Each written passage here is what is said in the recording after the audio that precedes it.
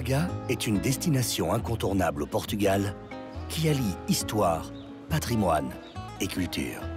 Riche en musées et théâtres, cette ville offre un large éventail de spectacles tout au long de l'année.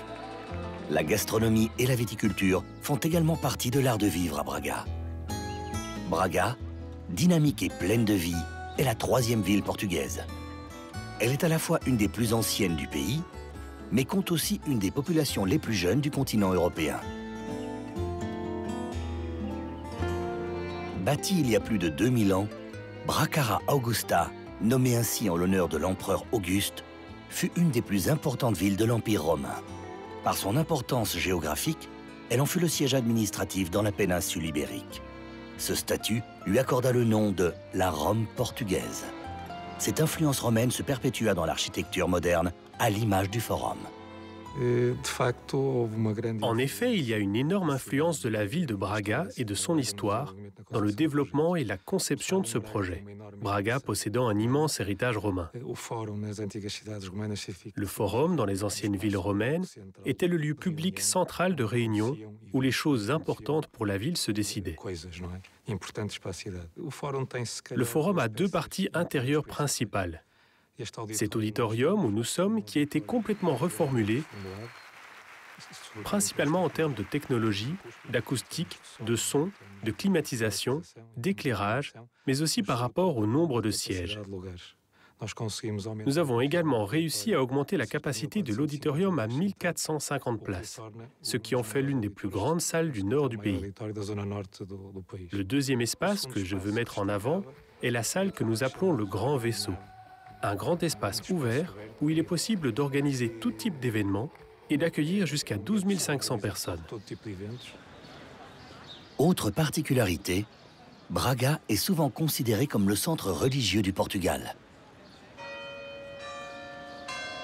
Ce qui se confirme toutes les heures lorsque le tintement des cloches des églises se déclenche. Les archevêques de Braga ont été très importants dans cette région. Ils avaient un pouvoir qui était plus grand que la ville toute seule. Ils étaient connus comme les seigneurs de Portugal et des Espagnes. Et alors, on a plusieurs héritages de l'Église catholique qui sont très importants aujourd'hui pour Braga. On a le Bon Jésus, qui a été reconnu comme héritage mondial, le patrimoine de l'UNESCO. La cathédrale, c'est la plus vieille à Portugal, avec plus de 9 siècles d'histoire. La cathédrale de Braga, dite Sé en portugais, est la plus ancienne du pays. Sa construction fut commandée au XIIe siècle par les parents du premier roi du Portugal, Henri de Bourgogne et Thérèse de Léon. Ces derniers reposent d'ailleurs ici.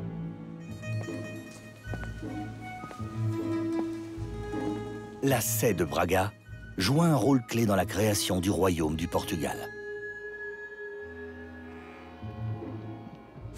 La couronne portugaise a reconnu le travail accompli par les archevêques de Braga et l'influence qu'ils avaient sur Rome. Au Moyen Âge, il était très important d'avoir le sceau de Rome pour la reconnaissance d'une certaine souveraineté. Les archevêques se sont donc battus pour que notre souverain soit reconnu. La couronne portugaise a décidé de privilégier les archevêques de Braga, leur accordant non seulement un pouvoir spirituel, mais aussi un pouvoir temporel. En d'autres termes, celui qui dirigeait Braga était l'archevêque de Braga. Ce privilège a perduré jusqu'à la fin du XVIIIe siècle. L'histoire a peint la ville dans des tonalités issues de divers mouvements architecturaux. Mais le baroque y règne en maître. Le palais du Raio, situé au cœur de la ville, en est un parfait exemple. Sa façade, couverte d'azulejos, impressionne le visiteur. Il fut bâti entre 1706 et 1750 par un important architecte baroque local, André Soares.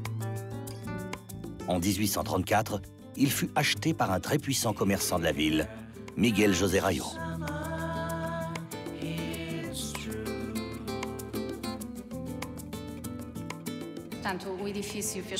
Le palais de Raio faisait partie de l'ancien hôpital de São Marcos.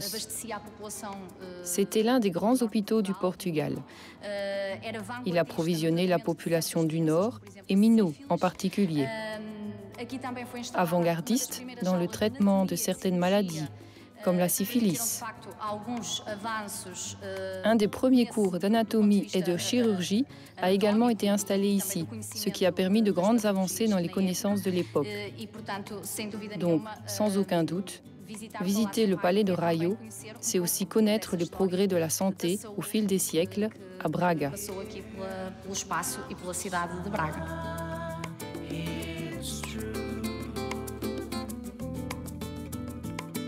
À 6 km environ de Braga, nous retrouvons un autre trésor architectural, le monastère de Tibaes. Il fut construit au VIe siècle, à l'emplacement d'une ancienne cité romaine. Plus tard, en 1567, il devint la maison mère de l'ordre de Saint-Benoît du Portugal et du Brésil. C'est au XVIIe siècle que le monastère prit l'ampleur que nous connaissons.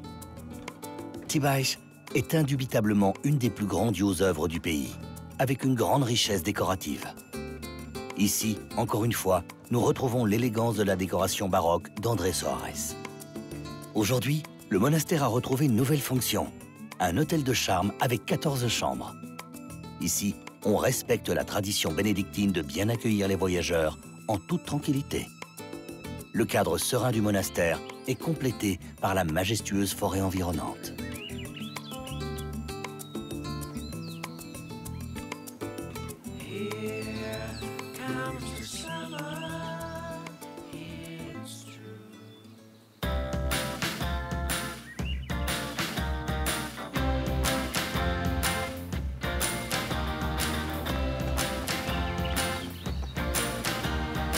Tout visiteur à Braga ne peut manquer de se rendre au sanctuaire du Bon Jésus, la plus grande attraction de la ville.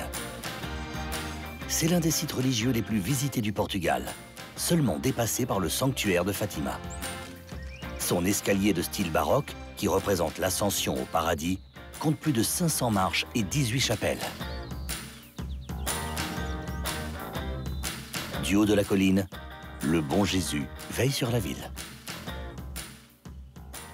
Le 7 juillet 2019, dans la ville de Bakou, en Azerbaïdjan, le Bon Jésus a été inscrit sur la liste des sites classés au patrimoine mondial de l'UNESCO.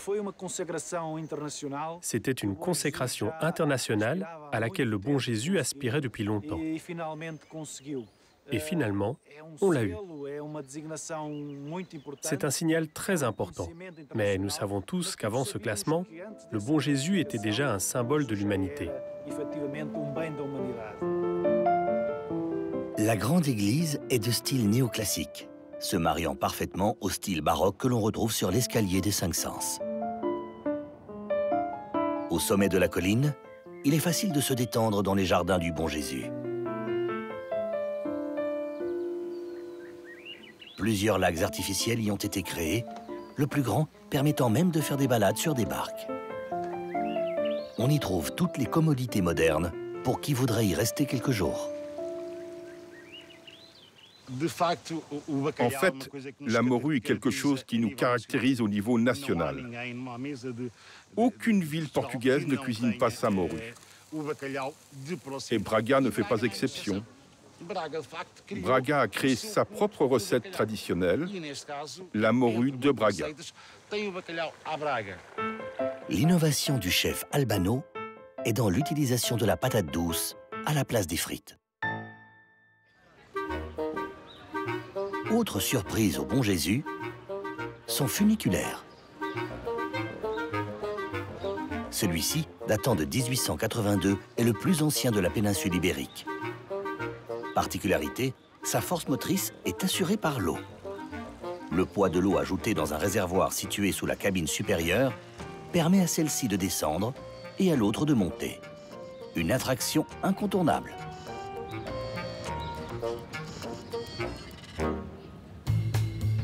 Braga est aussi connue pour l'excellence de son vin. En fait, la ville se trouve dans la région du vin vert, dit Vinho Verde. une appellation d'origine contrôlée. Cette région viticole surplombant l'Atlantique est la terre promise des vins blancs secs, vifs et légèrement perlants.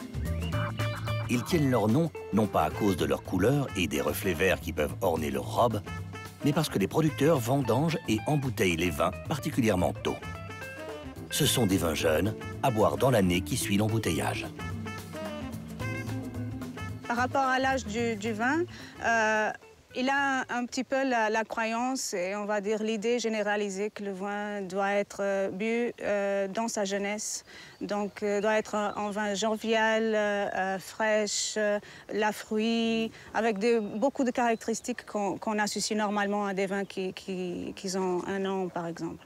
Ça, c'est une conception que je pense que peut-être c'était vrai pour la façon de vinification des derniers 20-30 ans. En fait, on est en train de connaître le potentiel que la région elle a, parce que c'est que maintenant qu'on commence à faire une viticulture et une énologie qui c'est, on va dire, exprès pour le vin.